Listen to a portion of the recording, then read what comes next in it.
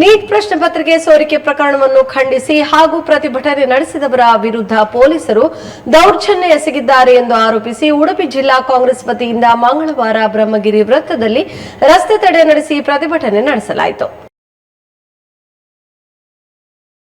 ರಾಹುಲ್ ಗಾಂಧಿ, ಪ್ರಿಯಾಂಕಾ ಗಾಂಧಿ ಹಾಗೂ ಕಾಂಗ್ರೆಸ್ ಕಾರ್ಯಕರ್ತರ ಮೇಲೆ ಪೊಲೀಸರು ದೌರ್ಜನ್ಯ ಎಸಗಿದ್ದಾರೆ ಎಂದು ಆರೋಪಿಸಿದ ಪ್ರತಿಭಟನಾಕಾರರು ಕೇಂದ್ರ ಸರ್ಕಾರದ ವಿರುದ್ಧ ಘೋಷಣೆಗಳನ್ನು ಕೂಗಿ ಆಕ್ರೋಶ ವ್ಯಕ್ತಪಡಿಸಿದರು. ಕೆಲಕಾಲ ರಸ್ತೆ ತಡೆ ನಡೆಸಿದ ಪರಿಣಾಮ ಸಂಚಾರದಲ್ಲಿ ಅಲ್ಪ ವ್ಯತ್ಯಯ ಉಂಟಾಯಿತು. ಬಳಿಕ ಸ್ಥಳಕ್ಕೆ ಆಗಮಿಸಿದ ಪೊಲೀಸರು ಪ್ರತಿಭಟನಾಕಾರರನ್ನು ವಶಕ್ಕೆ ಪಡೆದು ಕರೆದೊಯ್ದರು. ಈ ಸಂದರ್ಭದಲ್ಲಿ ಮಾತನಾಡಿದ ಕಾಂಗ್ರೆಸ್ ಮುಖಂಡರು, ನೀಟ್ ಪ್ರಶ್ನೆ ಪತ್ರಿಕೆ ಸೋರಿಕೆ ವಿರುದ್ಧ ಧ್ವನಿ ಎತ್ತಿದ ವಿದ್ಯಾರ್ಥಿಗಳು ಹಾಗೂ ಪ್ರತಿಭಟನಾಕಾರರನ್ನು ಬಂಧಿಸಿರುವುದು ಖಂಡನೀಯ. ದೇಶದಾದ್ಯಂತ ವಿದ್ಯಾರ್ಥಿಗಳ ಭವಿಷ್ಯಕ್ಕೆ ಸಂಬಂಧಿಸಿದ ಗಂಭೀರ ವಿಷಯದಲ್ಲಿ ಪ್ರಧಾನಿ ನರೇಂದ್ರ ಮೋದಿ ಮೌನ ವಹಿಸಿರುವುದು ಸರಿಯಲ್ಲ ಎಂದು ಟೀಕಿಸಿದರು. ಕೇಂದ್ರ ಸರ್ಕಾರವು ಪ್ರತಿಭಟನೆಗಳನ್ನು ಹತ್ತಿಕ್ಕಲು ಗೂಂಡಾಗಳನ್ನು ಬಳಸುತ್ತಿದೆ ಎಂಬ ಆರೋಪ ಮಾಡಿರುವ ಅವರು, ಈ ಬೆಳವಣಿಗೆಗಳ ಕುರಿತು ಕೇಂದ್ರ ಸರ್ಕಾರ ಸ್ಪಷ್ಟನೆ ನೀಡಬೇಕು ಹಾಗೂ ಪ್ರಜಾಪ್ರಭುತ್ವ ವಿರೋಧಿ ಕ್ರಮಗಳನ್ನು ಕೈಬಿಡಬೇಕು ಎಂದು ಒತ್ತಾಯಿಸಿದರು.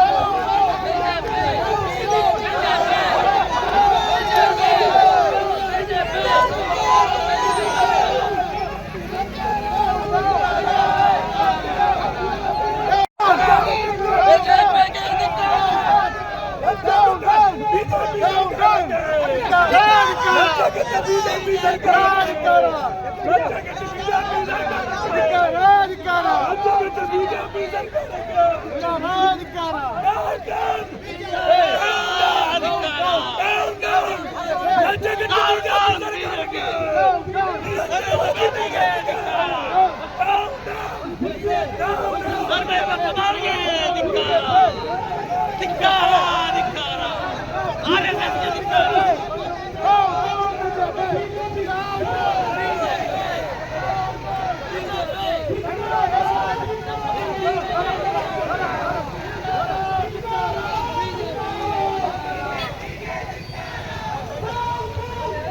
ಶಾಂತಿಯುತವಾಗಿ ಪ್ರತಿಭಟನೆಯ ಮೂಲಕ ಸರ್ಕಾರದ ಕಣ್ಣು ತೆರೆಯಲಿಕ್ಕೆ ಮತ್ತು ಉತ್ತರವನ್ನು ಕೇಳ್ತಾ ಇದ್ದಾರೆ. ನೀಟ್ ಪರೀಕ್ಷೆಯಲ್ಲಿ ಆದಂತಹ ಅವ್ಯವಹಾರ ಏನಿದೆ ಅದರ ಪರಿಣಾಮವಾಗಿ 22 ಯುವಕರು ಮೃತಪಟ್ಟಂತಹ ಸೂಸೈಡ್ ಆದಂತಹ ಘಟನೆ ಏನಿದೆ ಇದಕ್ಕೆ ಉತ್ತರ ಕೇಳಿಕೊಂಡು ಇದಕ್ಕೆ ಅವರು ಉತ್ತರದಾಯಿತ್ವವನ್ನು ತೋರಿಸಬೇಕು ಮತ್ತು ಶಿಕ್ಷಣ ಸಚಿವರು ರಾಜೀನಾಮೆ ಕೊಡಬೇಕು ಎಂಬ ಒಂದು ಉದ್ದೇಶವನ್ನು ಇಟ್ಕೊಂಡು ಇಡೀ ರಾಷ್ಟ್ರದ ಯುವಕ ಯುವತಿಯರು ಜಂತರ್ ಮಂತರ್ನಲ್ಲಿ ಪ್ರತಿಭಟನೆ, ಶಾಂತಿಯುತ ಪ್ರತಿಭಟನೆಯನ್ನು ನಡೆಸ್ತಾ ಇದ್ದಾರೆ. ಆದ್ರೆ ಆ ಪ್ರತಿಭಟನೆಗೆ ಅಲ್ಲಿರುವಂತಹ ಕೇಂದ್ರ ಸರ್ಕಾರ ಇರಲಿ, ಸ್ಥಳೀಯ ರಾಜ್ಯ ಸರ್ಕಾರ ಇರಲಿ, ಒಂದು ಕಿಂಚಿತ್ತು ಬೆಲೆ ಕೊಡದಂತಹ ಸನ್ನಿವೇಶವನ್ನು ಕಳೆದ ಕೆಲವೊಂದು ದಿನಗಳಿಂದ ಗಮನಿಸ್ತಾ ಇದ್ದೇವೆ. ಉಪವಾಸ ಸತ್ಯಾಗ್ರಹ ಮಾಡಿದಂತ ವಾಂಗ್ಚುಕ್ರವರ ಅವರು ಅಷ್ಟು ದಿನ ಉಪವಾಸ ಮಾಡಿದ್ರು ಕೂಡ ಕನಿಷ್ಠ ಸೌಜನ್ಯತೆಯಿಂದ ಏನಾಗ್ತಾ ಇದೆ ಎಂದು ಕೇಳಿಕೊಳ್ಳಕ್ಕೆ ಯಾವ ಅಧಿಕಾರದಲ್ಲಿದ್ದ ನಾಯಕರು ಕೂಡ ಅಲ್ಲಿ ಬಂದಿಲ್ಲ. ಅದಕ್ಕೆ ವಿರುದ್ಧವಾಗಿ ಯುವಕರ ಪರವಾಗಿ ನಮ್ಮ ನಾಯಕರಾದ ರಾಹುಲ್ ಗಾಂಧಿ ಅವರು ಸಂಸತ್ನಲ್ಲಿ ಇದರ ಬಗ್ಗೆ ಮಾತಾಡಲಿಕ್ಕೆ ಅವಕಾಶ ಕೊಡಬೇಕು ಅಂತ ವಿನಂತಿ ಇಟ್ಟರು ಕೂಡ ಅವಕಾಶ ಕೊಡದಾಗ ಅದನ್ನು ಪ್ರತ್ಯೇಕವಾಗಿ ಮೊನ್ನೆ ನಡೆದ ಆ ಶಾಂತಿಯುತ ಸಂಸತ್ ಚಲೋ ಏನು ಕಾರ್ಯಕ್ರಮ ಇದೆ ಅದರಲ್ಲಿ ಆ ವಿದ್ಯಾರ್ಥಿಗಳ ಮೇಲೆ ಮಾಡಿದಂತಹ ಗುಂಡಾಗಿರ್ದಿ, ಅವರ ಮೇಲೆ ಮಾಡಿದಂತ ಲಾಠಿ ಚಾರ್ಜು, ಅಶ್ರುವಾಯು ಏನು ಅವರ ಸಿಡಿಸಿದ್ದಾರೆ, ಅವರ ಮೊಬೈಲ್ಗಳನ್ನು ಕಿತ್ತಿದ್ದಾರೆ. ಅದನ್ನೆಲ್ಲ ನಾವು ಮಾಧ್ಯಮಗಳ ಮೂಲಕ ಕಂಡಾಗ ಬಹುಶಃ ಈ ದೇಶದ ಯಾವ ಜನತೆ ಕೂಡ ಅವರ ಹೃದಯ ಮಿಡಿಗೆ ಇರಲಿಕ್ಕೆ ಸಾಧ್ಯನೇ ಇಲ್ಲ. ನಾವು ಇವತ್ತು ನೀಟ್ ಮರುಪರೀಕ್ಷೆ ಆಗಿದೆ, ನೀಟ್ ಪೇಪರ್ ಲೀಕ್ ಆಗಿದೆ, ನೀಟ್ ಮರುಪರೀಕ್ಷೆ ಆಗಿ ನೀಟ್ ರಿಸಲ್ಟ್ ಬಂದಿದೆ. ಆದರೂ ಕೂಡ ಲಕ್ಷಾಂತರ ವಿದ್ಯಾರ್ಥಿಗಳು ಜಂತರ್ ಮಂತರ್ನಲ್ಲಿ ಡೆಲ್ಲಿಯಲ್ಲಿ ಕಾಂಗ್ರೆಸ್ ಜನತಾ ಪಾರ್ಟಿ ಹೆಸರಿನಲ್ಲಿ ವಿದ್ಯಾರ್ಥಿಗಳು ಹಲವಾರು ಆಕ್ಟಿವಿಸ್ಟ್ಗಳು ಪ್ರತಿಭಟನೆ ಮಾಡ್ತಾ ಇದ್ದಾರೆ. ನಾವು ಸೋಷಿಯಲ್ ಮೀಡಿಯಾಗಳಲ್ಲಿ ಅವರು ಪ್ರತಿಭಟನೆಯ ವಿಡಿಯೋಗಳನ್ನು ನೋಡಬಹುದು. ಯಾವ ರೀತಿಯಲ್ಲಿ ಪೊಲೀಸ್ನವರು ಅವರಿಗೆ ಲಾಠಿ ಚಾರ್ಜ್ ಮಾಡಿದ್ದಾರೆ, ಟಿಯರ್ ಗ್ಯಾಸ್ ಅನ್ನ ಫೈರ್ ಮಾಡಿದ್ದಾರೆ, ಇದನ್ನು ಕೂಡ ನೋಡಬಹುದು. ಒಂದು ಈ ಪ್ರತಿಭಟನೆಯ ಮುಖ್ಯ ವಿಚಾರ ಏನಂದ್ರೆ ಧರ್ಮೇಂದ್ರ ಪ್ರಧಾನ್ ರಾಜೀನಾಮೆ. ಧರ್ಮೇಂದ್ರ ಪ್ರಧಾನ್ ಅವರು ಯಾಕೆ ರಾಜೀನಾಮೆ ಕೊಡ್ಬೇಕಂದ್ರೆ ಈ ನೀಟ್ ಪೇಪರ್ ಅನ್ನು ಲೀಕ್ ಮಾಡಿದ್ದಾರೆ. 22,80,000 ಮಕ್ಕಳು ಈ ನೀಟ್ ಎಕ್ಸಾಮ್ ಅನ್ನು ಬರೀತಾರೆ. ನೀಟ್ ಎಕ್ಸಾಮ್ ಅನ್ನು ಬರೆದು ಅವರು ಮೆಡಿಕಲ್ ಕಾಲೇಜ್ಗಳಿಗೆ ಅಡ್ಮಿಷನ್ ಅನ್ನು ಪಡ್ಕೊಂಡಿದ್ದಾರೆ.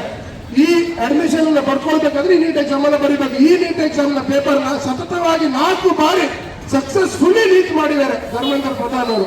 ಸೊ ಆ ನೀಟ್ ಪೇಪರ್ ಲೀಕ್ ಆದ ಅಕೌಂಟಬಿಲಿಟಿ ಧರ್ಮೇಂದ್ರ ಪ್ರಧಾನ್ ಅವರನ್ನು ತಗೊಳ್ಬೇಕು. ಯಾಕಂದ್ರೆ ನಮ್ಮ ದೇಶದಲ್ಲಿ ಯಾವುದೇ ಒಂದು ತಪ್ಪಾದ್ರೆ ಅದನ್ನು ಅಕೌಂಟಬಿಲಿಟಿ ತಗೊಳ್ಳುವಂತದ್ದು ವಿಷಯ ಈಗಿನ ಸರ್ಕಾರದಲ್ಲಿ ಇಲ್ಲ. ಈಗ ಮಣಿಪುರದಲ್ಲಿ ಆದ ವಿಚಾರಕ್ಕೆ ಹೋಮ್ ಮಿನಿಸ್ಟರ್ ಅವರು ಅಕೌಂಟಬಿಲಿಟಿ ತಗೊಳ್ಳೋದಿಲ್ಲ. ನಮ್ಮ ರಾಮ ಮಂದಿರದಲ್ಲಾದ ವಿಚಾರಕ್ಕೆ ಯುಪಿ ಗವರ್ಮೆಂಟ್ ಅವರು ಅಕೌಂಟಬಿಲಿಟಿ ತಗೊಳ್ಳೋದಿಲ್ಲ. ಇದೇ ರೀತಿಯಲ್ಲಿ ನಡೀತಾ ಹೋದ್ರೆ ಮುಂದೆ ಯಾವುದೇ ವಿಚಾರಕ್ಕೆ ಸರ್ಕಾರದವರಿಗೆ ನಮ್ಮ ಮೇಲೆ ಹೆದರಿಕೆ ಇರುವುದಿಲ್ಲ. ಯಾಕಂದ್ರೆ ನಾವು ಪ್ರಜೆಗಳು, ನಾವು ವೋಟ್ ಹಾಕಿ ಸರ್ಕಾರವನ್ನೇ ಡಿಸೈಡ್ ಮಾಡುವವರು. ನಾವು ಡಿಸೈಡ್ ಮಾಡಿದ ಸರ್ಕಾರ ನಮ್ಮ ಪರವಾಗಿ 1% ಕೆಲಸ ಮಾಡಲ್ಲ. ಅವರ ಲಾಭಕ್ಕೋಸ್ಕರ ಇಂಥ ನೀಟ್ ಹಗರಣಾಗಲಿ ಹಲವಾರು ಹಗರಣಗಳನ್ನ ಮಾಡ್ತಾರೆ. ಇಷ್ಟು ಹಗರಣಗಳಾಗಿ ಇಷ್ಟು ದಿನಗಳ ಸೋನಂ ವಾಂಗ್ಚುಕ್ ಅವರು 20 ದಿನಗಳ ಕಾಲ ಉಪವಾಸ ಸತ್ಯಾಗ್ರಹಕ್ಕೆ ಕುತ್ಕೊಂಡ್ರು. ನಾವು ಎಲ್ಲರೂ ನೋಡಿದ್ದೇವೆ ಯಾವ ರೀತಿಯಲ್ಲಿ ಪೊಲೀಸ್ಗಳನ್ನ ಸಿವಿಲ್ ಡ್ರೆಸ್ ಅಲ್ಲಿ ಕಳಿಸಿ ಅವರ ಪೊಲೀಸ್ಗಳು ಅಂತ ಹೇಳಿದ್ರೆ ತಪ್ಪಾಗ್ತದೆ. ನರೇಂದ್ರ ಮೋದಿ, ಅಮಿತ್ ಶಾ ಅವರ ಗುಂಡಾಗಳನ್ನ ಸಿವಿಲ್ ಡ್ರೆಸ್ ಅಲ್ಲಿ ಕಳಿಸಿ ದೇಶದಲ್ಲಿ ಲೋಕಸಭೆ ರಾಜ್ಯಸಭೆಗಳಲ್ಲಿ ಅಧಿವೇಶನ ನಡೀತಾ ಇದ್ರು ಕೂಡ ಈ ನೀಟ್ ಪ್ರಶ್ನೆ ಪತ್ರಿಕೆಯ ಸೋರಿಕೆಯ ವಿಚಾರವಾಗಿ ಚರ್ಚೆ ಮಾಡಲಿಕ್ಕೆ ಸಮಯದ ಅವಕಾಶ ಲೋಕಸಭಾ ಅಧ್ಯಕ್ಷರು ಕೊಡ್ತಾ ಇಲ್ಲ, ನಮ್ಮ ಸರ್ಕಾರ ಕೂಡ ಅದಕ್ಕೆ ಅನುವು ಮಾಡಿಕೊಡ್ತಾ ಇಲ್ಲ. ಅದನ್ನ ಕಂಡಂತ ಇವತ್ತು ಏನು ಜಂತರ್ ಮಂತರ್ನಲ್ಲಿ ನಡೀತಕ್ಕಂಥ ಉಪವಾಸ ಸತ್ಯಾಗ್ರಹದ ಸಂದರ್ಭದಲ್ಲಿ ಒಬ್ಬ ಪದ್ಮಶ್ರೀ ಪ್ರಶಸ್ತಿಯನ್ನ ಪಡೆದಿರತಕ್ಕಂಥ ಈ ದೇಶದಕ್ಕೋಸ್ಕರ ಹಲವಾರು ತ್ಯಾಗಗಳನ್ನು ಮಾಡಿರ್ತಕ್ಕಂಥ ವ್ಯಕ್ತಿಯನ್ನ ಇವತ್ತು 19 ದಿವಸಗಳ ನಂತರ ಅವ್ರು ಮಾಡಿದಂತ ಉಪವಾಸದ ಸಂದರ್ಭದಲ್ಲಿ ಬಲವಂತವಾಗಿ ಅವರನ್ನು ಆಸ್ಪತ್ರೆಗೆ ಸೇರಿಸತಕ್ಕಂಥ ಒಂದು ಕೆಲಸವನ್ನ ಮಾಡಿ ಇವತ್ತು ಹೈಕೋರ್ಟ್ ಕೂಡ ಮಧ್ಯಪ್ರವೇಶವನ್ನು ಮಾಡಿ ಅವರಿಗೆ ಸರಿಯಾದ ರೀತಿಯ ಚಿಕಿತ್ಸೆಯನ್ನು ಕೊಡಬೇಕು ಅಂತ ಹೇಳಿ ಇವತ್ತು ದೆಹಲಿ ಹೈಕೋರ್ಟ್ ಕೂಡ ಹೇಳಿದೆ. ಇದೆಲ್ಲರ ಮಧ್ಯದಲ್ಲಿ ಇವತ್ತು ಅಲ್ಲಿ ಪ್ರತಿಭಟನಾ ನಿರತರಾಗಿರ್ತಕ್ಕಂಥ ವಿದ್ಯಾರ್ಥಿಗಳ ಮೇಲೆ ಏಕಾಏಕಿ ದೆಹಲಿ ಪೊಲೀಸರು ನಡೆದಿರ್ತಕ್ಕಂಥ ಒಂದು ಕ್ರೌರ್ಯ ಏನಿದೆ, ಇದೊಂದು ಪ್ರಜಾಪ್ರಭುತ್ವದ ಕಗ್ಗೊಲೆಯಾಗಿದೆ. ಇದು ಪ್ರಜಾಪ್ರಭುತ್ವ ವ್ಯವಸ್ಥೆಯಲ್ಲಿ ಜನಸಾಮಾನ್ಯರ ಧ್ವನಿಯನ್ನ ಅಡಗಿಸತಕ್ಕಂಥ ದಿಕ್ಕಿನಲ್ಲಿ ನಡೆಯತಕ್ಕಂಥ ಪ್ರಯತ್ನವಾಗಿದೆ.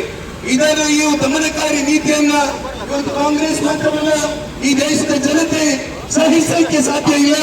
ಈ 18, 20, 25 ವರ್ಷ ಪ್ರಾಯದ ಒಳಗಿನ ಈ ವಿದ್ಯಾರ್ಥಿಗಳನ್ನ ಈ ರೀತಿಯಲ್ಲಿ ಕಳಿಸ್ತಕ್ಕಂಥದ್ದು ಅವರ ಅದರಲ್ಲೂ ಕೂಡ ವಿಶೇಷವಾಗಿ ಹಲವಾರು ವಿದ್ಯಾರ್ಥಿನಿಯರಿಗೂ ಕೂಡ ಅವರಿಗೆ ವಿಕೃತವಾಗಿರ್ತಕ್ಕಂಥ ರೀತಿಯಲ್ಲಿ ಅವರಿಗೆ ಹೊಡೆದಿರ್ತಕ್ಕಂಥ ರೀತಿಯೂ ಕೂಡ ಖಂಡನೆಗೆ ಅರ್ಹವಾಗಿದೆ.